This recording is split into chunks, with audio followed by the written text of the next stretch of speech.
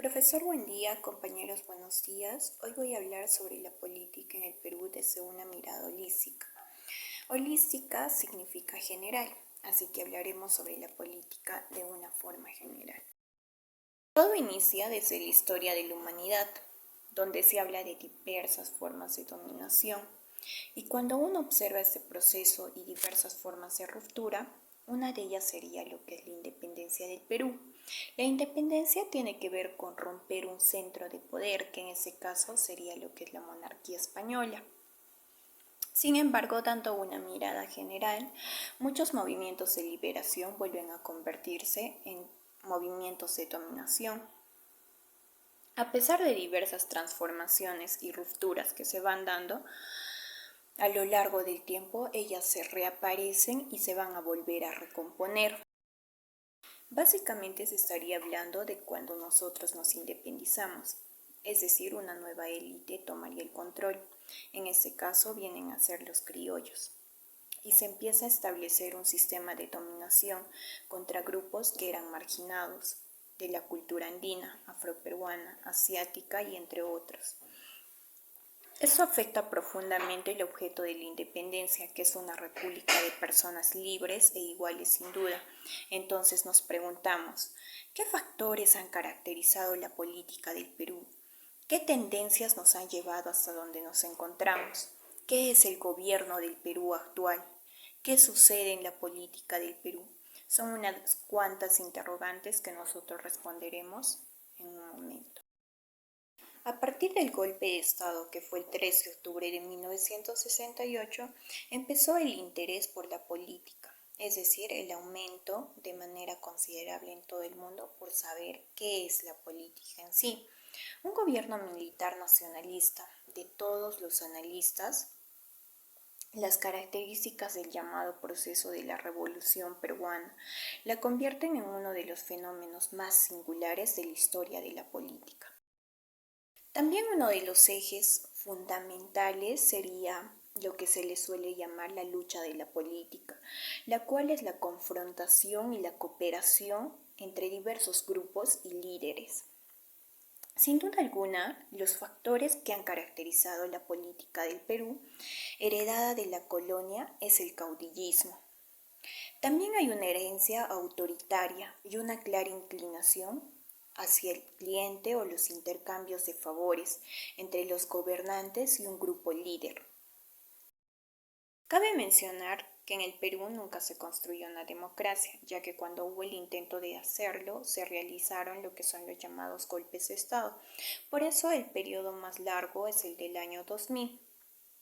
Las tendencias que nos llevaron hasta donde nos encontramos es que en ciertos sectores hay una cultura política democrática que felizmente ha ido creciendo con el tiempo.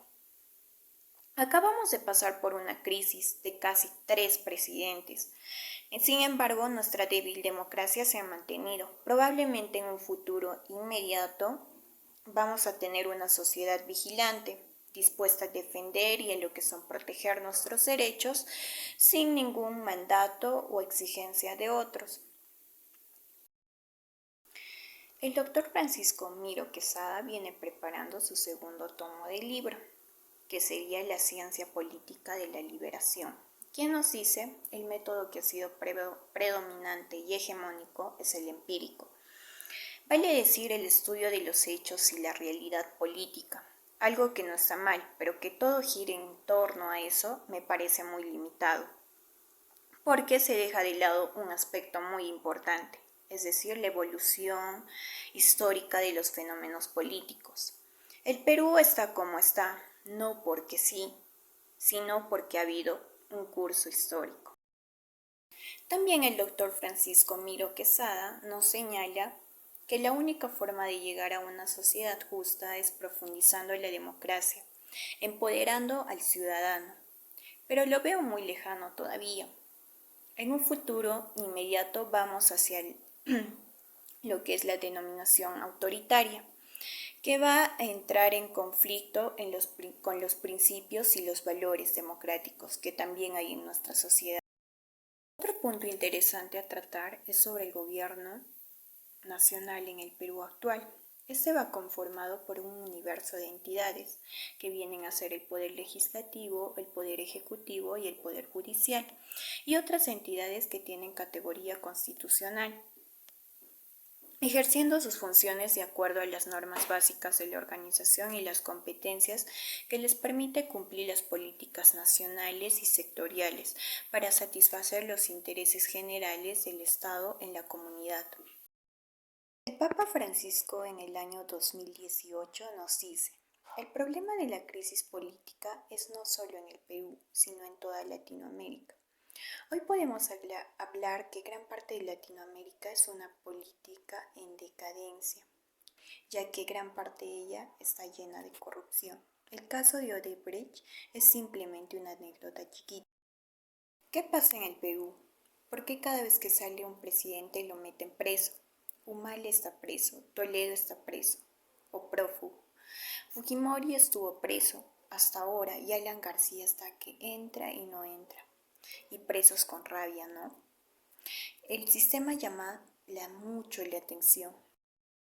El bicentenario hacia el año 2021 es el Plan Estratégico de Desarrollo Nacional basado en el Acuerdo Nacional y en las 31 políticas de Estado que suscribieron las fuerzas políticas nacionales de desarrollo que surgieron en nuestro país. Es políticas nacionales de desarrollo que debe seguir un país. Indispensablemente relacionar el desarrollo integral y sostenible con la vigencia plena y efectiva de los derechos fundamentales y la dignidad de las personas.